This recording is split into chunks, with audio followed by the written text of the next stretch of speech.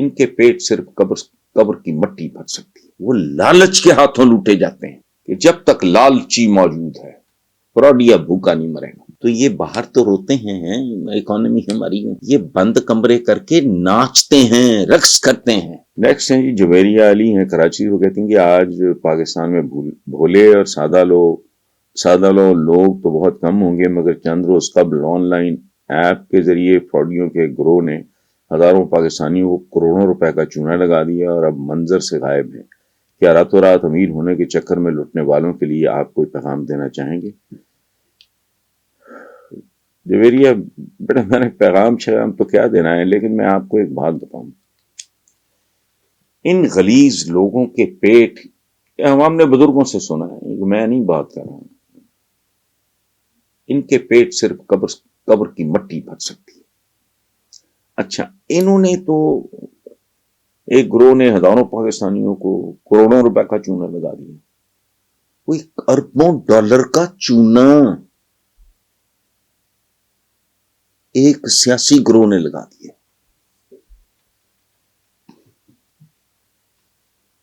اس کا مجھے پہلے بتائیں. اس پہ تو ہم پیٹ رہے ہیں، بالکل ٹھیک ہے. جن کے ساتھ ہوں آپ ایک بات زندگی میں یاد رکھنا بیٹا، زندگی میں کہتے ہیں نا کہ جب تک لالچی موجود ہے فراڈی بھوکے نہیں مرتے. ایک خاص تناسب سے زیادہ بڑا ہوا اور ایک خاص عرصے کے اندر ملا ہوا پروفٹ، وہ فراڈ کے علاوہ ہوتا کچھ نہیں. تو یہ جو پتہ نہیں وہ کون کو قرآن کمپنی تھی ایک بڑی مشہور، وہ یہ جو فائنانس کمپنیز آئیں، اس طرح کے کئی فراڈ ہوئے. اس میں کوآپریٹوز میں بڑے لوگ ہمیشہ لوٹے گئے، لیکن بیسیکلی وہ لالچ کے ہاتھوں لوٹے جاتے ہیں. یہ جو بدنام زمانہ گروہ ہوتے ہیں، یہ جو غلیظ لوگ ہوتے ہیں، ایکسپلائٹرز ہوتے ہیں، ان کا قصور ثانوی کہتے ہیں. میں نے عرض کیا نا آپ کو، یہ میرا جملہ نہیں ہے، میں نے بچپن سے سنتا ہوں کہ جب تک لالچی موجود ہے فراڈیا بھوکا نہیں مرے گا. سو کچھ قصور ان کا بھی ہے، لیکن عام ذرا میکرو لیول پہ جا کے دیکھو، کروڑوں کی تو اوقات ہی کچھ نہیں. کروڑوں روپے کی تو اوقات ہی کوئی نہیں.